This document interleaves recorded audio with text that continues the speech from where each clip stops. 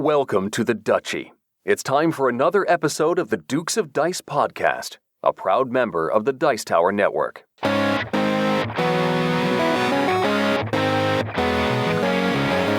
Coming to you from the Duchy in the Duke City, Albuquerque, New Mexico, it's the Dukes of Dice, a podcast about board, card, and occasionally role-playing games. Today, the Dukes review Martin Wallace's new game, Via Nebula. Then they look back at the review of Kennerspiel winner, Broom Service. And now, the Dukes of Dice.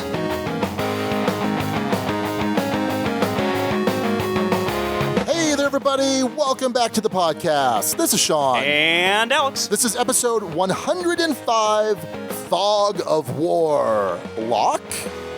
Fog of Warlock. Well done. Yes. And yes, before you write in, we're aware that Broom Service has witches and not warlocks, but you know what? It just worked. Sure. Congratulations, Ghidorah, Chris Ghidorah.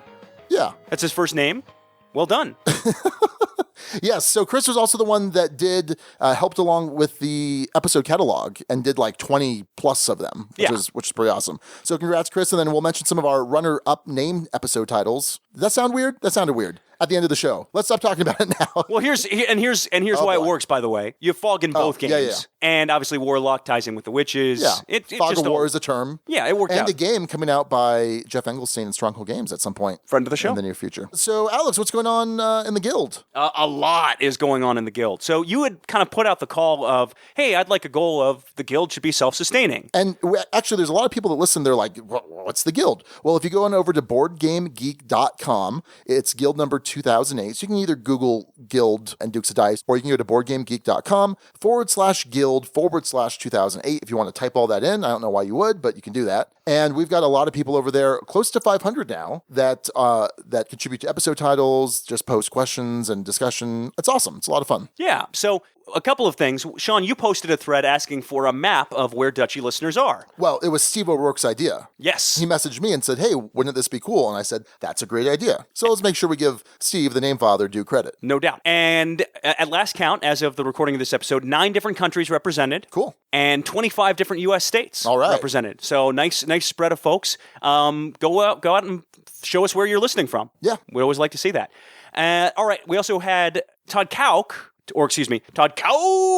posted a top 10 list. He was asking, after we did our top 10 list, for the guild to give their top 10 list. That's now the most responded to thread of all time. Yeah, it's in the Dukes of Dice Guild. Is it really, though? Yes, it is. I actually checked that. Okay. It's close to 90 responses at this point. All right. So, yeah. Well, and then on top of that, Mike Risley has been compiling all that data. And so he has a post in there that's kind of showing which games are the most represented among guild members. Right now, it's like Scythe and Castles of Burgundy, yes, which is really cool. So that's a lot of work there. So appreciate you doing that, Mike. And then we have a Gen Con recap from our good buddy Nick, who made those awesome Dukes of Dice patches. And so if you want to talk Gen Con, if you were at Gen Con or just curious about Gen Con, just go there, because we didn't go. We went to Gen Con. We sure didn't. All right. And then finally, last bit of show business is we did a contest. We had a survey for our episode 104, but we kept it open an additional week, and it just had a bunch of questions, kind of help us figure out what our regular listeners are looking for in the show. And we were going to do a random drawing of a $50 gift certificate to Cool Stuff Inc. And we did that, and the winner was actually the second person to respond. We did a random number generator. Alex verified it. Yes. It was our second respondent, and that's Garrett Wehrman. Congratulations, Garrett. I'm going to be shooting you an email shortly and sending you that $50 gift card to Cool Stuff Inc. But you know what, Alex? Now that I think about it, we should have some other winners. Not of gift certificates, but of patches. Let's send them some patches. Sweet. Yeah. So let's do that. Let's do that real quick. So here's what I'm going to do. I'm going to punch in this random number generator, number 127, and that is Luke Porter. We're going to send you a Dukes of Dice patch, a big 10-inch patch. Let's do one more. Want to do one more, Alex? Sure. All right. Number 13 is...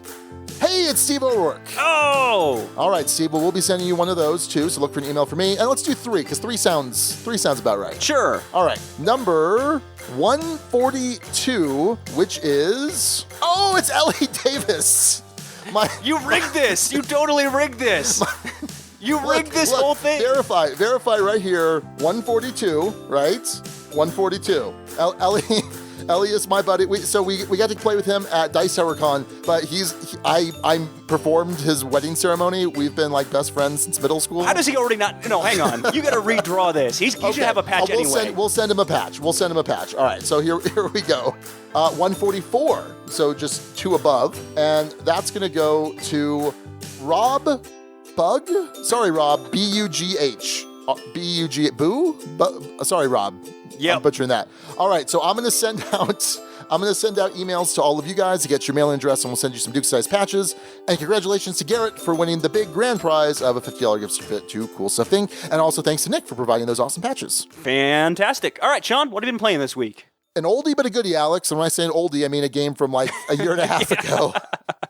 Because that's old here in the Duchy. Apparently. We're so cult of the new. But Raquel and I think it was last Saturday, she wanted to play a game that she didn't have to learn. And so we pulled out Orleans, a game that we reviewed a while back, almost a year now. And this is a chip building game, a bag building game where you have these different worker tiles that you put into a bag, you draw out a certain number, and it's kind of recipe fulfillment because you're trying to put a certain number of certain colored workers on these different action spaces. These actions are going to let you get new workers and give you some incremental bonuses, like progress cogs, wheels that let you make then future actions a little bit cheaper. Kind of like Scythe, you know how it does that? And there's also some moving around on a map of France where you have your little merchant guy and then you drop off these trading houses. Fantastic game. I gave it a 6. What'd you give it? I think I gave it a 5. A 5? I think so. Yeah, I still love it. As of now, it's still a solid 6. This is just such a fantastic game. Plays great at 2, great at 4. I haven't played it. I don't think we ever played it at 5. Did we play it at 5? Because there's a 5-player expansion that came with the Kickstarter deluxe version. I don't think I've played it at 5. I think I have. I have. And it's good. Yeah, it's good at 5. I think 4 is probably good, and 2 is great. It's a great 2-player game. I won quite handily. I started clipping the corners on some of the building tiles. Have I talked about this on the show? Yes, you have. Have I? I think so. So one thing that you do when you start playing GMT games, a bunch of these hex and counter games, is you buy a corner clip to clean up the little square chits. And you do it for like thousands of these little things, and I've been doing that. And I said, hey, I wonder if my building tiles from Orleans would do that. And it does. It works. And it creates this nice little kind of rounded edge. It's cleaner. It's not going to fray as easily. Yeah, I'm crazy. Alex is looking at me like I'm crazy. Yes. Yeah. I am crazy. It's oddly soothing, though. No, you mentioned that. Last episode, I edited it while I was clipping, and it was perfect. It was great. Do you like clipping your fingernails too? I do, actually. Yeah, I think that's a thing. I clip my fingernails at red lights while I'm driving. Huh. Just at red lights, though. All right. So sometimes I'll walk into the office and 2 of my nails will be clipped, and then the other. Boy, we're taking a strange dive into Sean's psyche. Anyway, here. Orleans, I have the deluxe version from TMG. I have the Meeple Realty insert, which is fantastic. Just a great game. So good. And they just sold at Gen Con their last couple copies of the deluxe version. And then that's it, as far as I know. That's going to be it. So hopefully you've gotten that. If not, the base game is still great. The components are still really solid. And it's a fantastic game. So I highly recommend Orleans from Tasty Minstrel Games. This next one, I'm not sure I highly recommend, because this was an experience. So we played Brass. We played in the super secret before store hours game at Empire Board Game Library. Rory kind enough to open up the store for us. And we got in Brass. But there were some problems. Yes. With the rules. Yep. Major problems. And this was something that's frustrated me this entire week. Yeah. So Brass, for those who don't know it, we were playing this because we're reviewing Via Nebula, Martin Wallace game. This is also a Martin Wallace game. It's a game where you are building during, the Industrial Revolution? Yeah, somewhere in there. Yeah, somewhere in there. It's a rail building, canal building. Management, yeah, kind of I talked thing. about it last week. Right. I had played it the week before. With the correct rules? No. Yeah. No. Nobody has played it with the correct rules in person to this point. Correct. I don't think. So of our group. Of our group. And the 2 games. Ever, Sean. Without getting into the specifics too much, I got really frustrated at different points with this game, with the rules. At most points of this game. Yes, significantly frustrated. However, the frustration came not from the fact, because we didn't realize we were playing with the wrong rules until Matthew started playing online. And it's like, oh yeah, it has to be this way, it has to be that way. The frustration just came because right rules or wrong rules, there's still so many of these corner cases and so many times of you going, no, you can't do it that way. No, you can't do that. So the frustration wasn't with the wrong rules, although that I think was a new source of frustration later in the week. Yes. I'll put it this way. We played this a week ago. I still don't know how to properly play this game, Sure. I'm pretty sure. Yeah. Which is disheartening. disheartening. And what's sad is I really enjoyed parts of it. I enjoyed the brain burner, thinky nature of the rules we played with. Yeah. You won by a few points. It was a close game. Yeah. But it was maddening. Just maddening. So let me tell you this. Having played with the right rules online, now I have a very solid handling on those rules. So we're playing with Matthew and Len. The overall experience is not significantly different. So you have experienced Brass, not quite with the right rules, but it's not that far off from the actual correct plays.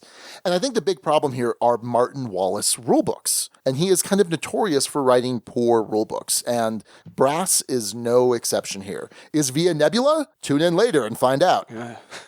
I see what you did there. Yeah, you like that? Anyway, that's Brass. I enjoyed the experience kind of, but I also got really steamed at different points. Like turning red, steam pouring out of my ears kind of steamed. And I had no patience. To the point where I apologized at the end. Yeah, and I had no patience for you that morning. Oh, no. I was really tired, and I'm just like, I'm not putting up with your crap. No, I totally explained that, Alex. No, you didn't, Sean. Yeah, it was funny. And Rory and Matthew were just kind of sitting back and enjoying. Anyway, that's Brass. I don't know. That's a really rough first play experience. Yeah. But I love it. I think it's fantastic. This is, it's so good. It's so good. All right. Over to you. So another oldie but a goodie. This one's kind of a little bit older, not super older. So I got to play Trajan last night with you, not a third wheel. It's checked off of the list. You were a third out of fourth wheel. Yeah, it was date night. We had a full car, and so it was you, Raquel, and Rory, and myself. And I feel like I've brought up Trajan so many times on the show, and I'm like, oh, but you've played it, right? I keep forgetting that you haven't actually had a chance to play it, and so I said, let's play this. Actually, what were some of the other suggestions last night? Scythe, which I'm like, in fact, we had Scythe out. I'm like, we can't play Scythe. Like, we could have. We just can't. We could have. We just can't. And then I wanted to do, what was the other one I wanted? By the way, speaking of Scythe on Dukes of Dice game, I didn't actually play Scythe this week, so my undefeated record stays intact. But we still had 2 copies going. There were still 2 copies going, and you got to keep me away from a game of Scythe when a game of Scythe is going, because I was you were the peanut gallery. You got to keep me away. I thought Matt was going to stab you. Yeah, you got to keep me away, and he ended up winning anyway. Yeah, but with no max. But by the time you sat down, the whole time you were like, "Boy, someone's got to deal with Matt. Look at Matt over here. Look what he's doing. Someone better deal with him real quick." And he kept looking at you, and I'm like, "He's going to stab you at some point." Yeah, it was a death glare, and I was like, "Come on, Jeremy, get in there." And I think everyone at Empire would have been like, "Nope, didn't see anything." Yeah, you got to keep me away from Scythe when it's being played, and I'm not in the game. Well, you're a commentator, like, by nature. Yes, I am. Even when I'm in the game. Right. And you're like, okay, now you're taking this move, and now you're moving this piece here, and now this is happening. Right? Yes. Okay. Anyway, back to what you were saying. Back Trajan. to Trajan. Yes. So this was, I don't know, probably my 15th play of Trajan. Raquel's somewhere in there. We usually play it 2-player. This is my second time playing it 4-player. I played it 3rd player before. I love Trajan. It is an easy 6 for me. Top 3 Felds, probably Castles, Bora Bora, then Trajan. Love this game so much. And it is kind of a hodgepodge of different mini games. You've got this military campaign that you're doing. You've got this little builder area in Rome. You're collecting these forum tiles, give you bonus actions and some chits that you might need to spend at the end of each round to avoid losing points. But the heart of this game is really this Mancala action where you have these 6 different bowls and you pick up all of the pegs, starts off with 2 pegs each. You pick them up and then you distribute them in a clockwise fashion. The last peg you drop is the bowl that you activate, and each bowl is associated with a certain type of action. And there's this other cool component where you have these Trajan tiles at these different bowls. And if you are able to configure and activate that space in such a way where it matches the Trajan tile in 2 colors, so it could be like white and blue or white and white or green and yellow, whatever, then you get some points and a bonus action of some kind. It's fantastic. This is such a... In some ways, it's disjointed. I feel like more disjointed than, say, Bora Bora. It's about the same weight as Bora Bora, but I really do love this game. So what'd you think of your first play of Trajan? It's top-tier Feld, I think, for me. It worked really well, and it's one of those where it looks drab. It's another one of those like Castles of Burgundy where it would be well served by looking better. Looks horrible. Looks just horrible. But I think the Mancala element of this is really cool. I like how the different pieces interconnect with each other. I think it's brilliantly designed in many ways. Yeah. It's not necessarily super elegant, but definitely brilliant. Yeah, I wouldn't call this an elegant Feld. No, but I significantly enjoyed the play. Significantly enjoyed it. And I would put it up there with Castles of Burgundy, Aquasphere, in that top tier Feld for me. I don't know where exactly it ranks. I think I need another play. Yeah. But really enjoyed it. It probably helped that I edged out Raquel by a few points.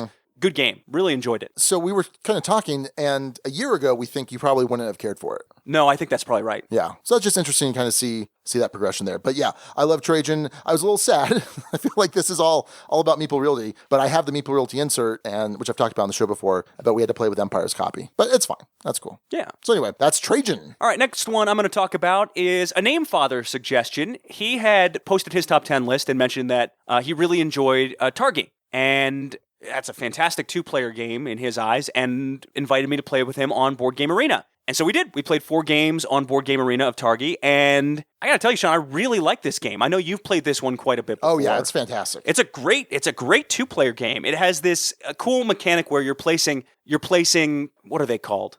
Workers? The Targi. The Targi, yeah. Where you're placing the Targi on the outside, and as they make intersections, you place pegs to kind of claim where those intersections are. There's ways of manipulating where you move on this central grid. You're gathering resources, whether that be pepper, dates, and there's another one, I think salt. Pepper, dates, and salt, and gold. And it's this really cool balancing act. Gold is very scarce in the game. A lot of your actions are going to be designed around trying to get gold or turn in gold for victory points. There's cool abilities. There's a cool set collection element to this. I really enjoyed how it all worked together.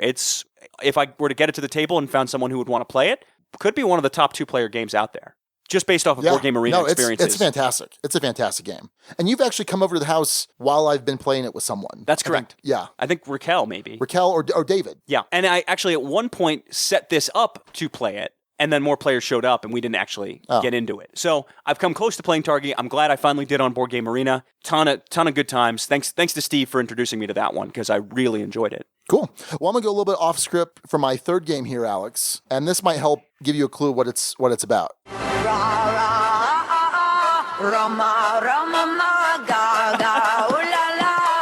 We're going to run into rights issues. What are you doing? It was fair use. Oh, okay. It's under fair use, Alex. All right. Ra. I played the new version of Ra from Wind Rider Games, which is a Reiner Knizia classic. I think it came out in like 99, I want to say. I played the original edition back in 2003, 2004. And I remember thinking, oh, this is good. But again, I'm just not crazy about some of these older Knizias and Todd Kauk's going to lambaste me on Twitter, and that's fine. That's fine. Todd Kauk! So this is the new version from Wind Rider, which is the new imprint of Asmodee and Fantasy Flight. This is their classic Euros line.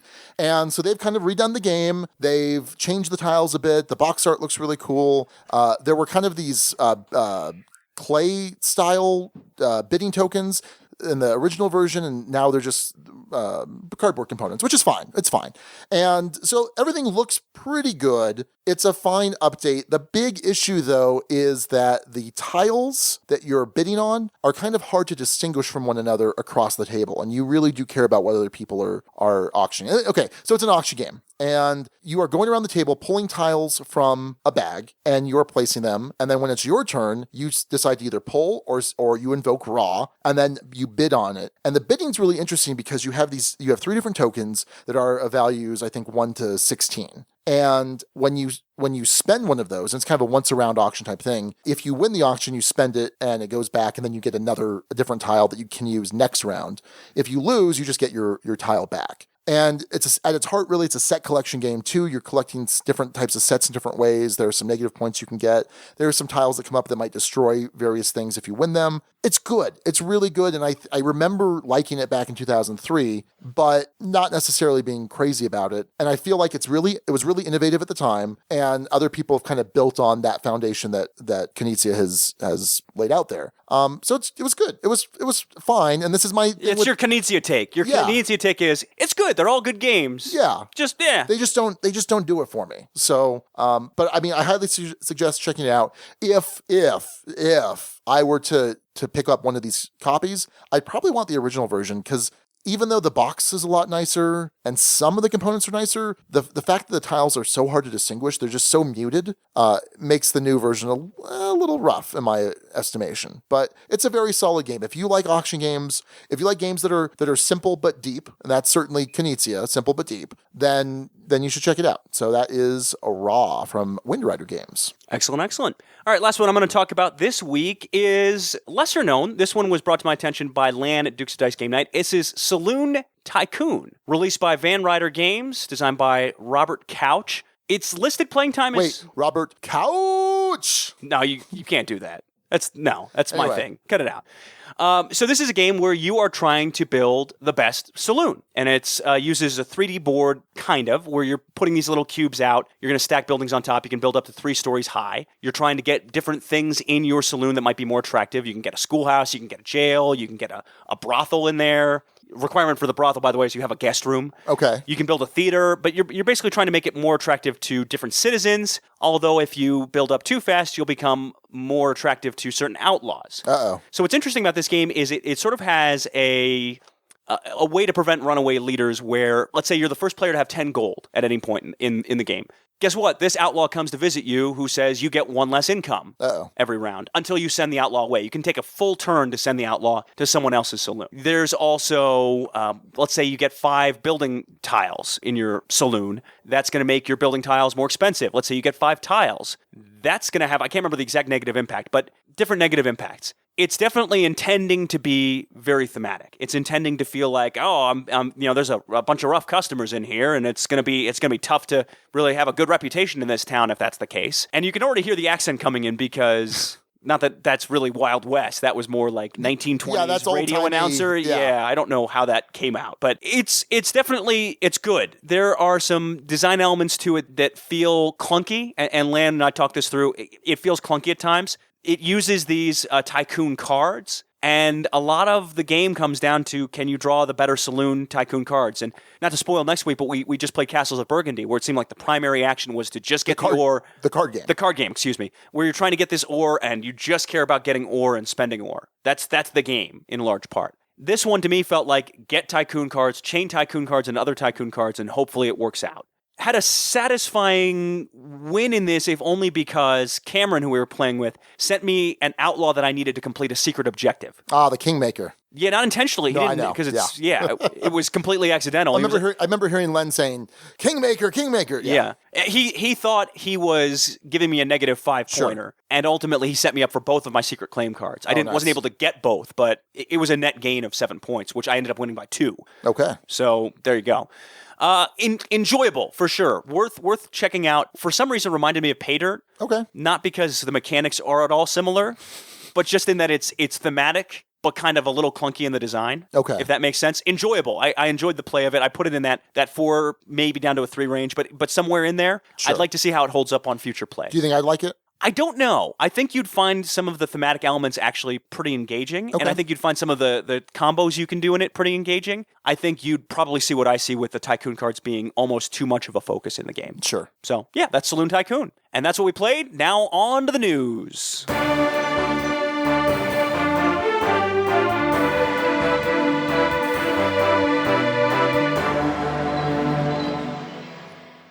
All right, first one we're going to talk about this week, Arkham Horror, the card game, coming this winter to a game shop near you. I'll read the description. Each of your adventures in Arkham Horror LCG carries you deeper into mystery. You'll find cultists and foul rituals. You'll find haunted houses and strange creatures, and you may find signs of the Ancient Ones straining against the barriers to our world.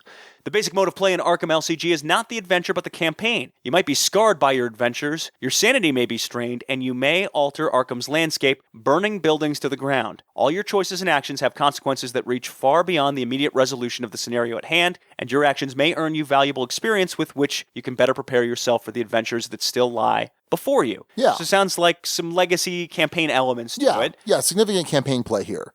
What do you think, Sean? Well, so my first question was, well, wait a second. Doesn't Fantasy Flight already have a Cthulhu LCG? And they do. It's called a Cthulhu, which is based off the Mythos game, which is like the one CCG I couldn't play because my dad wouldn't let me. Huh. And I was very upset. But anyway, that's a story for another time.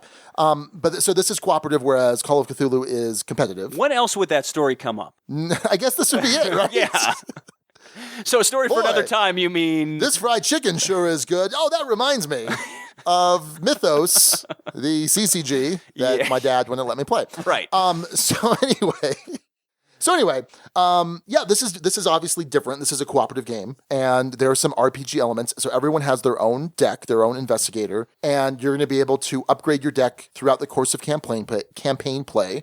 So I think kind of similar to Pathfinder, but I think it's a bigger deck.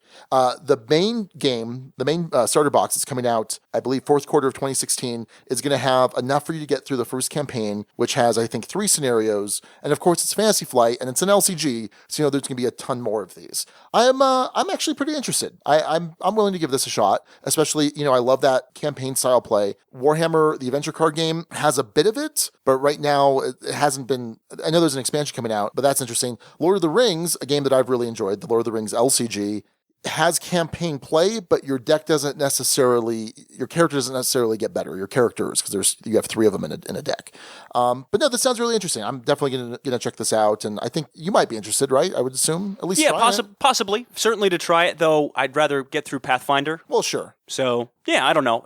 Pending doing more campaign play and Pathfinder, getting through with that, which would be a while. I'd be willing to try it for sure. All right. Well, we've got till fourth quarter. Yeah, excellent. Which is like 3 months. Yeah, good luck with that. All right, next one I want to talk about is New Angeles, coming this winter as well. Also from Fantasy Flight. Yep, designed by James Niffen, who designer on Star Wars Armada as well as Forbidden Stars. Yeah. Pretty well-known dude. I'll read the description. The largest, richest, and most diverse city on Earth, New Angeles is home to the space elevator that rises above its buckyweed tether and connects us to Luna and its invaluable helium-3 deposits. It is here in New Angeles that you'll find the global headquarters for the world's most powerful megacore, Haas Bioroid, GlobalSec, Jinteki, Melange Mining, NBN, and the Wayland Consortium. And it is here, in this shining beacon of human achievement and advancement, that these powerful megacore enjoy a uniquely fertile breeding ground for their projects and their rivalries. In New Angeles, you gain control of one of these megacorporations, then you use your wealth and influence to create more wealth and more influence. To do this, you cut deals and forge temporary alliances, you leverage your credits and assets to gain financial superiority over your corporate rivals. All the while, you also keep an eye toward the masses, striking deals with the other core as necessary in order to keep a lid on crime, disease, and unrest. If you want to maximize your profit, you need to keep New Angeles open for business. New Angeles? Yeah. And I know, I went to college at USC. I'm like, wait a second. No, it's a totally different city. New Angeles, yes. What do you think, Sean? So there's that. Number one, first off, there would not be... Oh, wait, where is New Angeles? Maybe it's not actually in California. The space elevators need to be on the equator, just saying. So I don't know if New Angeles is on the equator or not, but it needs to be on the equator for a space elevator to work. Great. It's a thing. Great. According to Isaac Asimov and other people. Awesome. Yeah. So this is set in the Android Netrunner world. And hearing all that makes me want to play Android Netrunner really badly right now. Because I love that game, but I just don't get to play it at all, really. But anyway, this sounds pretty interesting. It's kind of a big Fantasy Flight... Ameritrashy game set in the world of Android Netrunner. His design pedigree is good. I'm thinking like Forbidden Stars. He's an in-house Fantasy Flight guy, and this sounds pretty interesting. When's this planning on coming out? Winter of this year. All right, fourth quarter. I'm interested in this. Does this interest you at all? To some degree, that theme strikes me as interesting, at least. Yeah. So the Android theme is pretty engaging. It's pretty diverse. As they've released new sets in Netrunner, the stories kind of progressed and you kind of learn more about it, and it's pretty interesting. They all come with these little short story things or something, and I've read all of them, except for I haven't purchased any in the last 6 months, but up to then I'd read them all. So I find this kind of, futuristic cyberpunk universe pretty cool. I'm interested in trying this. It sounds fun. Very cool. Do you want to play Forbidden Stars? I've never tried it. From what I've heard, I probably wouldn't like it. Yeah, probably not. All right. That's awesome. So that's New Angeles, or if you're me, during the description, New Angeles. Yes. Excellent. Oh, I've betrayed my college. All right.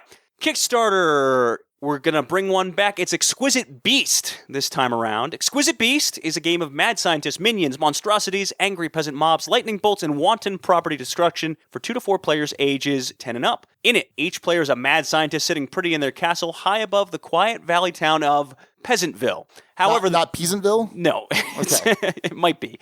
However, the peasants, have grown weary of their becastled overlords and are plotting to drive you out. In order to protect yourself and incidentally take control of the town from all the other imposter mad scientists in their clearly inferior castles, you dispatch your minions out to various arcane and dangerous locations to collect the remains of great fallen beasts of legend. Once you've gathered a suitable collection of parts, assuming the weather is cooperative and provides a convenient lightning bolt, you can animate your stitched-together beast and go wreak havoc on both the peasants and your rival mad scientists' servants and creations. This one is set to wrap up September 4th, and it's just meeting its funding goal now. Sean, having taken a look at this, what do you think? Yeah, so it looks interesting. I mean, there's a board that you're playing and you're moving figures around and you're upgrading your mob and your townsfolk and your monsters. And it looks interesting. The art is okay. The graphic design is okay.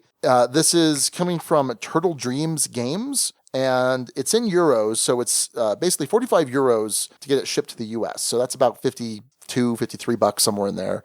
I don't know that it's a game that I'd necessarily want to shell out that kind of money for sight unseen without having, spent too much time looking at it. It looks interesting. Certainly thematically, it has some interesting components to it. Yeah. And it seems more like something families would enjoy rather than, and I don't know if this will be the case, but rather than kind of your typical hardened, grizzled gamer group for the most part. But it seems like something that you could have a lot of fun with thematically. If you look at it, you have like a shark head with like tentacle arms and a bear body. Like you can mix up into really interesting, odd creatures. What's interesting to me is I don't see anything on the Kickstarter page about either reviewers or previewers with anything to say about this, which that's something you want to do. You want to get your game out to people to spread the word and to also kind of give some indication of what gameplay's like. And I'm not seeing that here. So that seems like a misstep, but they met their funding goal. So in US dollars, it was about $9,000 and they've just barely met that. Yes. With 21 days to go. So yeah, I don't know. All right. That's our Kickstarter for the week. Exquisite Beast. You have until September 4th to back it if you're interested. That'll do it for the news.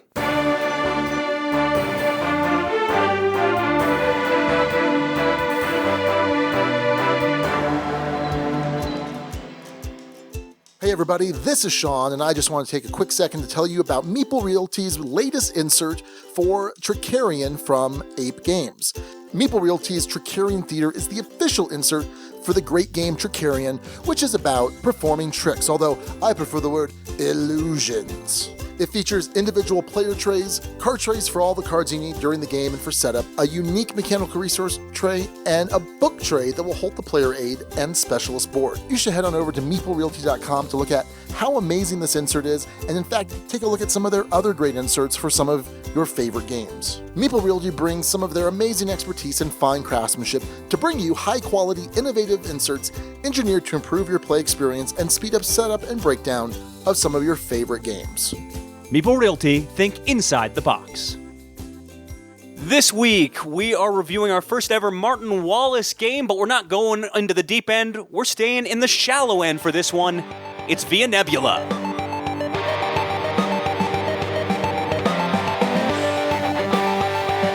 Via Nebula is one of the new games from Space Cowboys, a publisher that we like quite a lot, Elysium. Time Story is not a game that I'm necessarily crazy about. You want to give it another chance, Absolutely.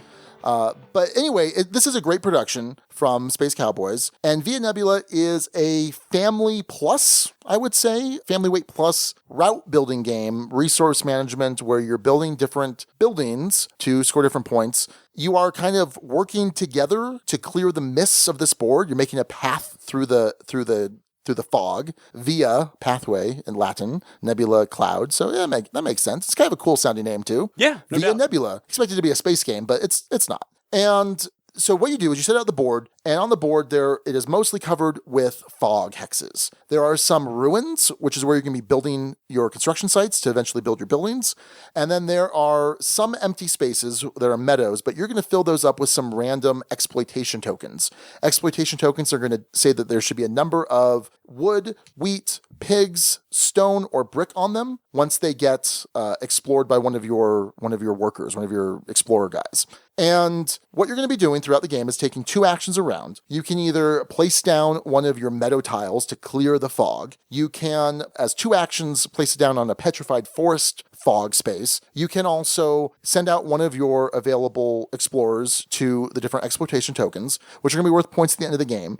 But that's now going to allow these resources to be used. As long as there's a clear path through the fog, through clear meadows, you can now take them to the different ruin sites, because another action is to build a construction site on these ruin sites. And you can then when you have a prerequisite of goods on them, turn them in for these different contract cards. So let's say I've got stone, brick, and wood on this particular card. That's 3 actions for me to get it there. I can then take another action when it's my turn again to turn that in to get one of the cards either from my hand, we start the game with 2 cards, or 4 from the face-up communal display. There's going to be some sort of associated special ability. It might give me an extra action. It might let me add a resource from the supply to one of my construction sites. It might let me move one of the meadow pieces around to either block off someone or to help me in some way or fashion. And then it's going to give me some points at the end of the game. Now, the game's going to end when one player has built their 5th building. They get a bonus 2-point card to signify that they're the first to do that. And then you add up all the points from building cards. You add up points from the different revealed meadow spaces on your player board. So the more you explore, you're going to get 2 points for getting rid of a column of meadows. Also, if you're inefficient, if you have any resources left on your construction sites, or you have any resources in an exploitation area where you still have your little explorer guy, you're going to lose a point for each of those resources. So the game wants you to be efficient. You want people to take the resources from your exploitation site because they're not yours, and you want people to take them, although you want to get the ones you need out of them too. And so that's kind of the interesting thing is you're working together to build these paths. You're working together to open up these exploitation sites because everyone's going to get access to them, and you want people to do that. You want people to kind of build a route towards this way so that you can benefit from it too, and you want to kind of help out with that. So that's the basics of Via Nebula. Alex, what are your initial thoughts? There's some good things to this. You mentioned this idea of a communal board, this idea of being able to draft off of other people's actions, this idea of trying to work together while competing in an interesting way. There are multiple ways to get points. I enjoy that exploring can help you get points, that sending your guys out to get exploitation and the right exploitation tiles can get you points. And the games I've seen, at least for the most part, have been fairly tight. Yeah. I don't know if you've had that experience as well, Sean. I think it certainly scales well. It played pretty well at 4, and it doesn't overstay its welcome. It doesn't last that long as a game, No. which is nice. About 45 minutes, I'd say. About 45 Maybe minutes. an hour, depending on...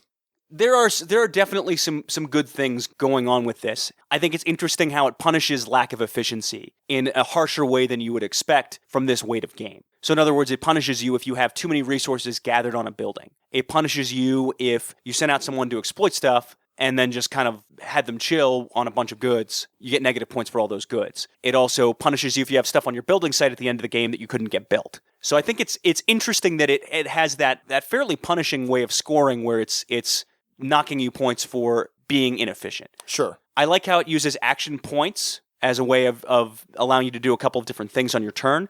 Turns move fairly quickly. I mean, broadly speaking, it's in that good range. Yeah. It's in that good range is where I fall on this. You seem a little more down on it in general. No, I'm not. And I don't know what So I've had several people say the same thing to me. Oh, yeah, it's fine. You do stuff, and it's not unenjoyable. And that's kind of my thing. Now I'll say I've played it all player counts, 2, 3, and 4. I much more prefer 3. I think 3 is the sweet spot. There's just a little bit less downtime at 3 than 4 that makes it a much better game in my opinion. 2 was kind of uninteresting, and I don't think I would ever play it 2 again. But for the most part, I was like, yeah, this is fine. Like, this is good.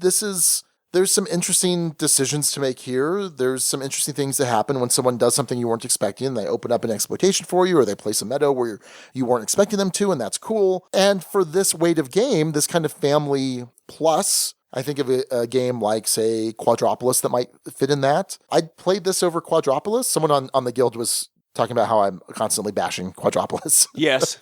But yeah, it's good. It's fine. It's a decent game. I just don't know how often I'd be interested in pulling this one off the shelf, if that makes any sense. Real quick, let's talk about the rule book. Friend of the show, Paul Grogan from the Gaming Rules podcast. He does a lot of development work with CGE and apparently some other companies over in Europe as well, including Space Cowboys. So he helped work on this rule book, and I mean, really, I think he's the one that probably did the lion's share of the revisions on it, because I'm sure what he got was a big pile of poodoo, to use a Star Wars prequel reference, which I don't know why I would ever do that. And I apologize to everyone. Please don't stop listening to the show. But Martin Wallace rulebooks are notoriously bad. Notoriously bad.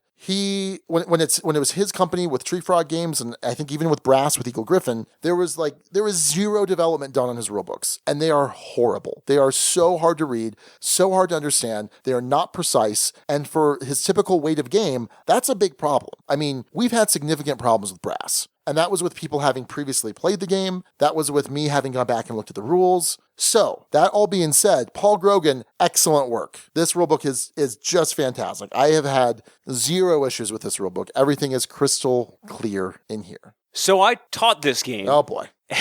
And I tried to teach it mostly from memory instead of from the rulebook. I used the rulebook to reference for setup, and I definitely messed up some things. There's no doubt about it. I messed up some things in the teach. Yeah. In terms of where you can place the meadow tiles, though I don't know if we actually didn't play it right because I'm not totally 100% on the meadow tiles still. Yep. Anyway, and I messed something else up too. I can't remember. I thought what it was. Jillian was going to stab you. Yes. You almost got stabbed twice that night. Once from Jillian, once from Matt. Excellent. Well, you know how I am. I'm just there to annoy people. Anyway, Jillian really enjoyed this when she wasn't playing with me. She always enjoys playing games with you more than me. Yes. Like always. Right. And it's disheartening. Super disheartening. She actually really liked this one, and it clicked for her, and she actually beat you and Curtis in the game that you guys had, and came close in the game that we had as kind of 4 players with the not quite correct rules. My other play of this was also with not quite correct rules, in that we were all just grabbing exploitation tiles like crazy, not caring about whether they had goods on them at the end of the game for negative points, which would have swung the outcome. Anyway, so I think the rulebook's great. It is great, as long as you just read it. Right. No, which I didn't do, in fairness. But he did a great job. Everything is very clear. It's clearly laid out. It is precise. So, Paul, excellent work cleaning up what I'm sure was not a good initial product in terms of a Martin Wallace rulebook. So, yeah, that's good. What about the art and components, Alex? I like the components in terms of the different shaped goods. Yep. All look nice on the table. The insert, actually, I like that it has the different shapes for the different kinds of goods. Yep. So it fits in there fairly well. Card quality is fine. The player board, you can tell where things are supposed to go for the most part. You could have done just a little more with the iconography, the graphic design on there, and it would have been crystal clear. But the way it is 100% fine. Yeah. And not really much in the way of complaints. I like the look of it. No, Space Cowboys has excellent production values. I mean, really excellent. They are top notch. The art I like. You know what the art reminds me of? Imperial Settlers. Oh yeah, absolutely. Yeah, it's kind of got that cartoony art. The people are kind of short and squat sometimes, and it looks cool. It looks like it's very family friendly, and the components, the whole graphic design feels very family friendly. Like you said, all of the individual resources are cool. The insert is fantastic. I love Space Cowboys inserts because they actually work. You can sleeve the cards, and it's still going to fit in here. And I love that. Now, there is some tightness. So the different player pieces, you have your different buildings, and all the different buildings are different sculpts, different wooden shapes, which is really cool. Yeah, that's always nice. And now in a 2-player game, your construction site is a full hex. But in a 3 and 4 player game, your construction site is half a hex, and so you'll play with different ones. Basically, it's a scaling issue. But it's kind of hard. There are these little slots where these cardboard hexes and half hexes go. They fit perfectly, but if you pull out the full hexes, then the half hexes will fall down, and I've had to use tweezers to pull them out. So it's just something you kind of have to be aware of. It's not a huge deal, but just something to be aware of. But overall, I think that they hit it out of the park with components and art. And again, Space Cowboys has just a fantastic track record of amazing art. Think of the art in, say, Elysium, just fantastic. The art in Time Stories, amazing, just amazing. And overall components are just great. So yeah, zero complaints there. And not just no complaints, but excellent work. Some strong parts to this, for Absolutely. Sure. So normally we talk about gameplay, but we talked about kind of swapping this going forward. So theme, Alex, is this a thematic game in your mind? No. Okay. Not really. Huh. There's some elements of you're sending an explorer out into the mist, and there's certain cards that trigger off that. There's the Lazy Explorer building card, which I don't know how that's a building. I guess it's technically, they're contracts, but they're also buildings. You put a building out when you fulfill a contract. I thought that terminology was kind of funky. Well, you're building a generic building, and it's the source of a contractor's. It's fine. Don't worry about it. Yeah, I mean, you have stuff like that. The Lazy Explorer makes sense because it basically is giving you credit for if you uncover however many it is. It depends on the scaling for players. If you uncover how many fog tiles you need, you'll get 2 points at the end of the game. Yeah. This says if you don't uncover whatever stacks you don't uncover, you'll get a point for those 2. Whereas normally you don't get any. I guess there's some of those kinds of cards that seem somewhat thematic. I do like this idea of you need to clear a road for goods to kind of swoop your way on, and every time people would move one from like a far side of the board, like like that kind of a sound effect. Yeah. So I guess you're kind of doing that. I don't know. It is what it is. Okay. Yeah, I think it's somewhat thematic. I envision that you're sending your explorer out to cut through the fog with a giant hairdryer, like in Spaceballs. Nice. Okay. That's what I imagine. So, but yeah, no, I mean, you're creating these paths and it makes sense. And the building contracts they're somewhat thematic. But I didn't feel like there was any disjointed nature to the theme and mechanics. I mean, it's a simple game, and the whole point is cutting a path to so your exploitation tokens, you don't need a path to get there, to get your guy there. And so I see that as kind of the intrepid explorer, right? That's just blindly navigating. I found a brick mine. Yeah. And then otherwise you've got someone that's okay, time to do the actual hard work of cutting a path through the fog. I can absolutely see that. It didn't totally connect with me. Okay. And I don't know that it needs to be incredibly thematic, but I think that for, younger players, 8, 9, 10, maybe closer to 9 or 10 probably would have some fun with it. And so yeah, I think that's pretty solid. Now, gameplay, Alex, what'd you think of that? It was fine. Yeah. Oh, wait. So now you're on board with me with it was fine. It was, but I said earlier, it's in that good range. Right. It's in that, there's something good going on here. There's nothing that's excruciating with it. It doesn't take too long. Player turns aren't too long. There's not too much AP built into this game, really. The mechanics are simple enough. The rules are simple enough. I don't know. And this may just not be for us, Sean, as a Martin Wallace game. This may not be for this kind of group. It may be more of a family game. And that seems to be how it's intended from the art and the look of it. And certainly the mechanics would lend itself there, though I definitely wouldn't call it Gateway. No, it's a little bit more. A nice, just a shade above Gateway, I think. The contracts aren't as engaging as a lot of those other kinds of buildings are in something like, say, Castles of Burgundy, or other games where you're building things that do interesting things or combo or give you ongoing benefits. It's fine, but I think fine but forgettable is sort of where I come down on this, Sean. I don't anticipate us, if when it comes around for the double take, my guess is neither of us will have played this come a year from now. Okay. Do you think so? What situation would you break this out in? Yeah, that's the problem is I don't know. If I'm looking for some kind of route building game, I'm going to play something heavier. I'm going to play a brass. Or if you're trying to get newer gamers in, you'll play Ticket to Ride. Yeah. If you want a good route building game. Well, and that's why I say this is comparable to, say, Ticket to Ride Europe. It's a little bit heavier than base Ticket to Ride. Sure. So, and you might play Settlers if you wanted that sort of island feel. I don't know. Yeah, and you're teaching people. Probably wouldn't, but that's all right. I don't know. This is one of those situations again where it's like, okay, I can see that. And I was talking to Matt because Matt plays a lot of games with his family, like an extended family too. And if this were a 5-player count, it would be perfect for him because he usually has 5, but it's only 4. I don't know. I'm so blah on this game, and not bad blah, but it just doesn't terribly excite me. But it's good. It's still good, and I haven't felt this way. I'm trying to think of the last time I felt this way about a game where I'm like, eh. Any Reiner Knizia game ever? Yeah, kind of. Yeah, a little bit. For you? For me. Not for me. Yeah. I enjoy No, Knizia. you enjoy Knizia. So yeah, it's hard to say. Now, we did want to get brass at the table. Number one, I wanted to play brass just to play brass, but also because this is kind of the super step down from brass, because brass has kind of a similar concept of you're building these routes that other people can use to transport resources. And that's pretty much it. There's no other similarities there. Brass is much heavier, much deeper, much more complex than Via Nebula. And so it was an interesting point of comparison. And like I said, I don't know that there's much more to compare between them than that. Obviously, there's a bit of a similar feel between them, but ultimately they're incredibly different games. And given my general preferences and weight, I'd prefer brass. This is a game that I would need a particular situation to play. If it's a bunch of us here at the Duchy, a bunch of us at Empire that are normal our normal group of gamers, we're not going to pull out Via Nebula. We're just not. Even though it's a nice sweet spot, 45 minutes to an hour, it's pretty good. And there's some interesting play in there. There's some depth, not a tremendous amount. But yeah, it's just missing something for me. Something that's of a similar weight that feels similar in some ways in my mind. I kind of talked about this when we first mentioned this on the show a couple weeks ago. Takenoko. Takenoko, you're working together to build the garden, building the different hexes.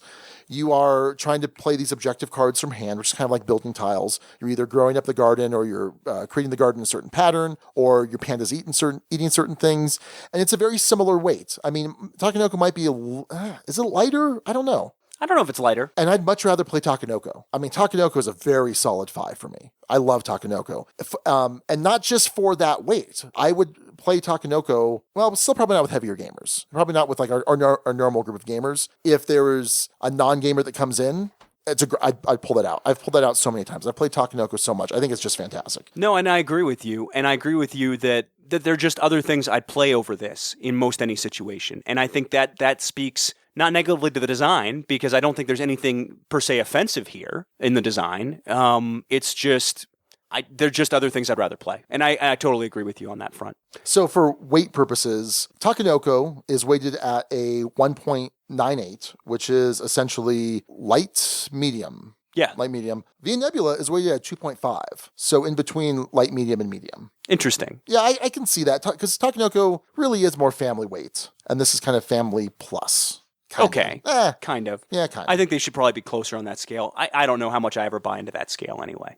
All right. In terms of replayability with this one, Sean, I mean, is it variable enough, replayable enough? You're seeing different buildings or different contract cards. And there are 2 maps built in with the game. Yeah, there's an easier map and there's a harder map. And I prefer the harder map, but even then it doesn't necessarily feel that much harder, or like the decisions are that much more difficult. But yeah, I don't know. It's not something I'm going to think to bring out, even though it's a fine game. It's good. But for some reason, it just doesn't do it for me. So, well, Alex, let's head on over to the guild. Do they have any thoughts on Via Nebula? Ryan Poe says, Via Nebula, I've actually played twice and I really enjoyed the game. I think the pacing of the game is the star. Quick turns with constant interaction. Really enjoy how it can still be deep, though, in that inefficiencies in resource gathering and timing the end game will lose it for you. And I think that's probably a good analysis. The fact that it is so quick and the pace is good, I think that's kind of its saving grace. But still, I don't know if it's enough for me. Oddly enough, what distinguishes it for me isn't just that community feel, but also, as I mentioned, that punishing nature of the end game of you get inefficient with this, you're going to be in trouble. Yeah. Big trouble. Yeah. My only criticisms, he says, 1, don't understand turn order and lack of a reward scale for turn order. There's no reason to not go first in this game. You get first pick of exploration building site, first chance at ending the game and getting 2 points, and possibly extra turns on people. 2, that price tag, that MSRP is sky high for a 45-minute game with a few components and an insert that doesn't even fit the board in our experience. Huh. We didn't have that problem with the insert. No. But what's the MSRP on this one, Sean? I believe 60. Yeah, MSRP is $59.99. No, just no. And because this is an Asmodee title, you're not going to get it for too much less than that. Yeah. Good luck. Good luck, guys. Yeah. That's now Watchdog Alex is not happy about this. Yeah. Now Watchdog Alex is barking big time, because for the weight of game, for the components you get with it. I would take issue with the components. I think the components are fine. Yeah, I don't know. I can't see myself justifying that kind of money for this game. There's much better options at that price point, and much better options. You could get more for your money. So now that actually sours me even more, knowing that MSRP. So thanks to Ryan for pointing that out, because that's to you. Does that seem a little out of line? No, I think the production merits it. Yeah, I mean, I probably, if it weren't for this podcast, I wouldn't pick up this game. Right. So, and I'll put it this way though: would you get enough games out of it? Is there enough game in there to justify that price point? For me, no. But for someone that's going to play Takenoko a bunch or play that family weight of game, yeah, could be. But yeah, no, for me, no, absolutely not. Okay.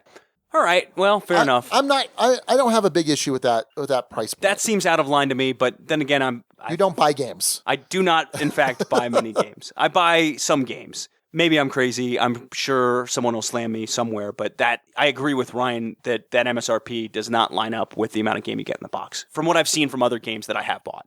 Okay. Just saying. So, Sean, final thoughts. Did you give it a rating? I'm throwing it to you first. Oh, okay. Because I wasn't giving a rating. Oh, that's right. That's right. Yeah. So we have a 6-point rating scale. People ask why we do that. Well, so we have to come either on the low side or the high side. And I'm going to give this a 3, which is a decent game. So on our 6-point scale, a 3 is game is okay, not exciting, will play in the right situation. And when you go from a 3 to a 4, 4 is you want to have ready access to it. Belongs in the duchy is the term we use.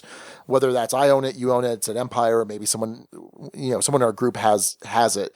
I'm okay never playing this again, but I'd be willing to if it were set up. I'd sure in the right situation. And I think Mariah would like this game a lot. I wanted to have her play it. I think she'd really enjoy this. Raquel liked it well enough, but wasn't wowed by it either. So it's 3. Game is okay, not exciting. We'll play in the right situation. So for me, there's something about Martin Wallace games that all 3 that I've tried, I've had either big issues with or they've been, okay. Well, 2 of them were due to rules. Yes. The Stellian Emerald was a train wreck. The rules are a train wreck. Yeah, and then Brass was a train wreck. I wouldn't call it a train wreck. This one less so with the rules and more so with just okay. I can see the merit with Brass. By the way, I can see there's a really great game in there, but there's just so much of this nonsense to get through to get to it. Yeah, that it bugs me. Via Nebula.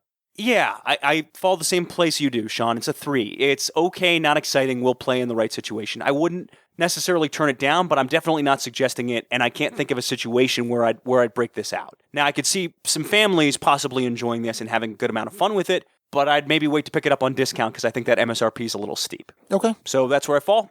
3, same as you, Sean. Game is okay, not exciting. We'll play in the right situation. Again, nothing super offensive about the game, just, forgettable. You are listening to the Dukes of Dice, proud members of the Dice Tower Network. For other great shows in the network, check out Dicetowernetwork.com.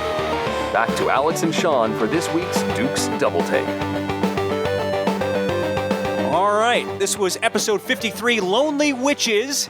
It was our first ever Dukes Double Take, though we weren't quite settled on a name. We also had Dukes Do-Over as a possible name, and then Double Take just stuck. Okay. Yeah. Ultimately. Double Take's better. We referred to both during that episode. It was kind of funny to listen back to and be like, no, go with the good one, guy. What are you doing? This is the first episode after the year anniversary. Indeed. And that Double Take back then, we're not doing a double of a double take. No. Which would be back to Istanbul. That's silly. We're not doing that. So this is looking back, though, at Broom Service, the Kennerspiel winner. I gave this one a 5 at the time. Yep. Sean, you gave this one a 4 at the time. Mm-hmm. How have you played, not played, enjoyed, not enjoyed Broom Service in the time since? Objection, Your Honor. Compound question. Okay. Sorry, I don't know what that was. Leading the witness. So I've played this twice since the review, and I find this to be a very enjoyable game. Raquel hates this game. Oh, man. She hates this game. By the way, so does Jillian. So does Jillian, yeah. But no, this is a fun game. So you are, selecting that hand of cards, and you're trying to play them out in an order, and you're either declaring Brave Witch or Brave Action or Cowardly Action. Cowardly Action's guaranteed, and you get a lesser version of the action. Brave, if no one else trumps you, then you don't do anything. You lose the action. So it's a nice kind of press your luck element to it. There's some interesting things where you're moving around the map and you're trying to fulfill these different potion orders. You're kind of dispelling these clouds that are making it difficult to move around. And then the advanced side of the board is fantastic because there's a lot more complexity to the game and also depth that goes along with that. So yeah, I give it a 4. A good game, worth playing, just not all the time. Belongs in the duchy. It's interesting, I remembered giving it a 5. Incorrectly remembered giving it a 5, which is a great game. Will rarely turn down a play of it. And I think I'm going to stick with my 4. It certainly hasn't gone up, but I feel like it might have the potential to go up. Interesting. It just hasn't yet. So if anything, it's certainly not trending downwards. So it's going to say a 4. A good game, worth playing, just not all the time, belongs in the duchy. Maybe a 5 at some point. Maybe a 5 at some point, just not today. Yeah. In our future, not actually happening. Nope. Dukes, double take. Yeah. And I think what might help is at the end of the plays, because in the meantime, I've only played the base version because I was teaching new players. I didn't want to teach them the advanced version. So if I get more plays of just advanced, that's probably what might take it up to a 5. So here's what's happened for me in the intervening year with this game and around this game. I learned and played Glass Road. Yeah. Which, by the way, I love the core mechanic of that Cowardly Brave, and I think that it's done a little bit better by Glass Road. I enjoy how Glass Road implements it better, but I enjoy the mechanic in both implementations. Right. I've actively taught this game and played this game. Only base game. I haven't really gotten into the advanced as much, just because, again, like you said, you're teaching new players. Right. I think it's great that you have two different weights of game here. You have that beginner and advanced, and there's a clear distinction between the two in terms of not necessarily a huge gap in complexity, but enough of a gap to where you feel the difference between those two levels. I think there's an enjoyable game in both respects, and I still really enjoy this one. I've actively suggested it. It stays right there at a 5. A great game. Yeah. Will rarely turn down a play of it, and I felt that way. I haven't played it a ton, but I've played it enough, and I've suggested playing it enough for it to stay there. It hasn't dipped in my mind. It's held steady. And the other thing I was going to mention that's happened in the intervening year is I've really discovered how great of a designer Alexander Pfister is. Oh, yeah. Just played so many more of his designs in the intervening time. And obviously he's taken home another Kenner Spiel. Right.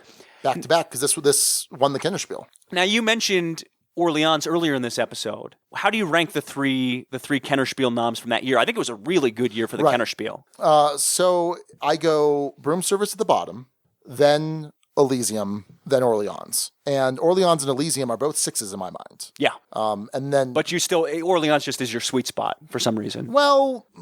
It's that engine building? Yeah, I really enjoy Orleans, but I also really enjoy Elysium. They're very close. It's very, those could probably switch on any given day, Orleans and Elysium. So I'd rank it Elysium, Broom Service, Orleans. Yeah. So kind of a totally different shuffled order. But Elysium, and you did yours in reverse order. That's my ranked order, 1, 2, 3. Elysium first, Broom Service, then Orleans.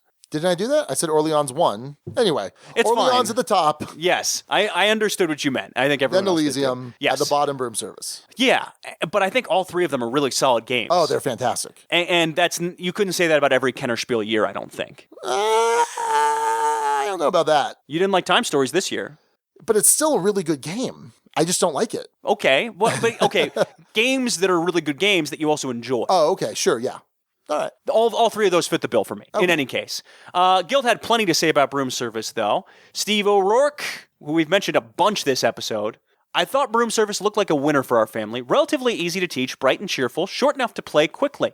My son joined me for a play or two, but it just wasn't his thing. To be fair, I didn't like it at all that much at 2 players either. And I don't think I'd play this one at 2 players, Sean. I played it too. Yeah, it's... Don't do that. I thought the 4 of us playing would make the difference, but my wife and daughter were not interested in the least. I wonder if the theme was too cartoony and got in the way. We sent it on in trade to another person who will hopefully enjoy it more. I think... Because I've seen people really dislike this game, and I think it's probably the frustration of knowing that you don't get any action, right? If you call it wrong, and your timing can be completely best laid plans can go to waste. Exactly. So I think that can be really frustrating for a lot of people. Glass Road, on the other hand, you're going to get an action. It's a question of are you going to get 2 actions if you're the only one to have played that card, or 1 action. So it's not quite as punishing, right? But this game can feel a lot more punishing than you would think looking at it. Jillian, when she played, we talked about this on the episode a year ago, she basically was like flying in circles. She kept trying to get to this one spot and couldn't get to it. Yeah. And we just had this, and this is a very thematic game, but we had this thought of her broom was broken and just like couldn't go straight. Yeah. Anyway. Ryan Post says, while Orleans has been somewhat forgotten due to variability, and I agree with that concern, even though I enjoy the game, and Elysium has been forgotten due to nobody in our group liking the game, sorry guys, Broom Service is still played by both my meetup group and my family. It just has that right level of strategy that both sides of the spectrum can pick it up and enjoy. I still think it could have been in the regular STJ and won that, though it's not the same kind of game as the other 2. Yeah, and I feel that way too. I feel like in years past, it would have been a regular Spiel nomination, not the Kenner, the Connoisseur edition, or version. Andrew Mason says, I do enjoy games where best laid plans can get completely disrupted, although I can imagine that not being everyone's cup of tea. Yeah. Sure enough. And Duke Suzanne, I haven't played Broom Service, but I have played Broom Service, the card game that recently released in Europe, and it's super fun. It's more strategic than it appears, but still light and quick with a brave, cowardly choice. It makes me want to try Broom Service and then maybe Witch's Brew? Okay. Well, I think we need to try Broom Service, the card game. Absolutely. We just tried Castles of Burgundy, the card game, so card games seem to be a thing. Yes, they do seem to be a thing. That's a stupid statement. Wow. That's just a straight up stupid statement. Excellent. All right. Hey, well, by the way, Sean, board games are also a thing. Okay. That's going to do it for our Duke's double take of Broom Service. Stays at a 4 for Sean, but maybe going up, and a 5 for Alex.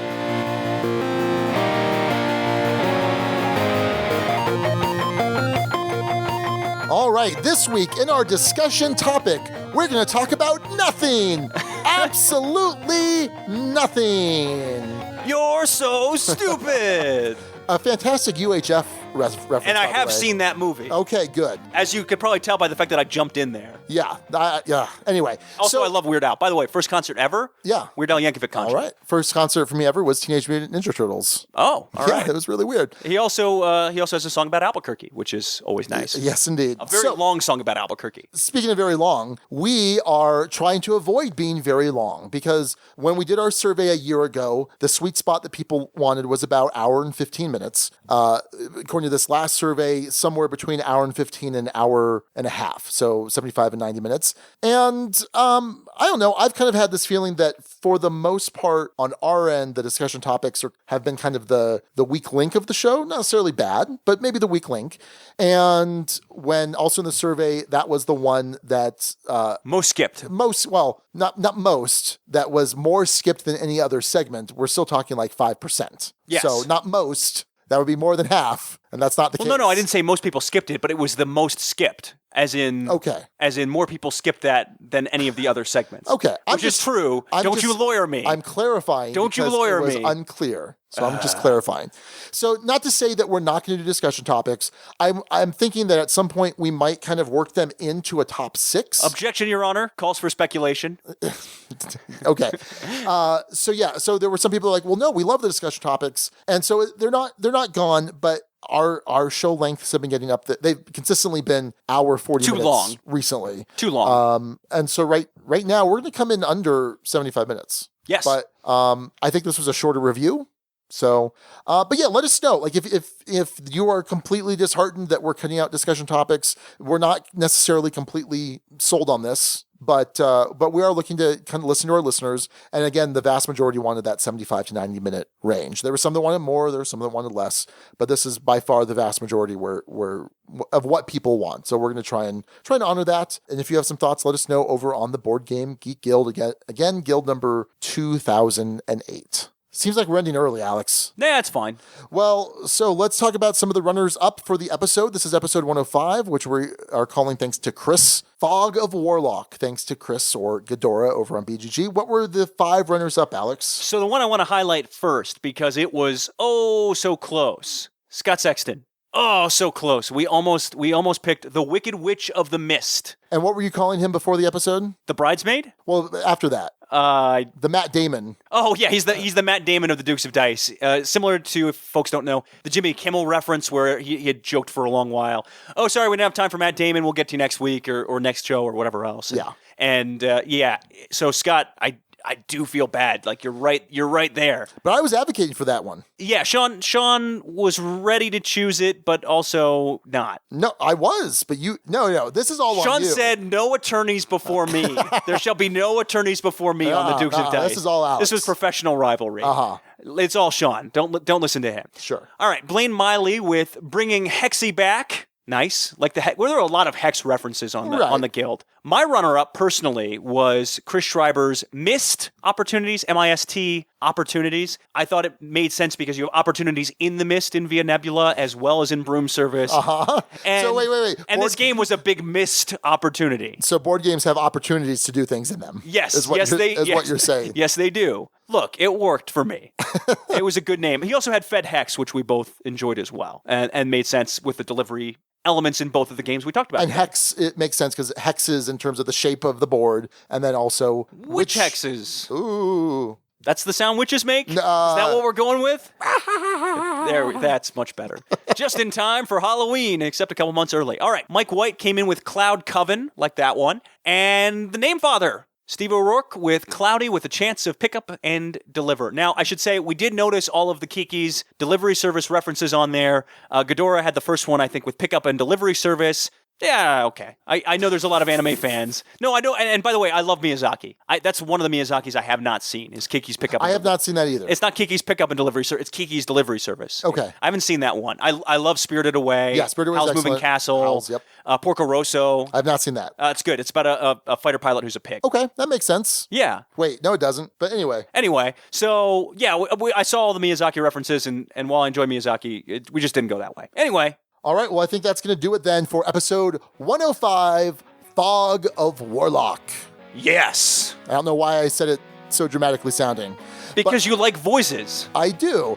Anyway, check back next week when we're going to review Castles of Burgundy, the card game, and also some smaller Crash-A-Games games, so that should be a lot of fun. Until next time, this is Sean. And Alex. And Hail Hydra. Thank you so much for listening to the Dukes of Dice. Today's episode was recorded in the Duchy on August 13th, 2016. Our theme music is provided by Carbo Hydro M from his Prime Legacy album. The Dukes of Dice are a proud member of the Dice Tower Network. For other great board gaming podcasts, check out DicetowerNetwork.com. And for all the latest in the Duchy, go to DukesOfDice.com. Find us on Twitter at Dukes of Dice. Join in conversations on our Board Game Geek Guild. Find us on Facebook and subscribe to our YouTube channel. Please also consider supporting us on Patreon. Thanks to Meeple Realty, who's provided promotional support. For high-quality board game inserts, check out MeepleRealty.com. Meeple Realty, think inside the box. We'll see you back here next week. Until then, game on!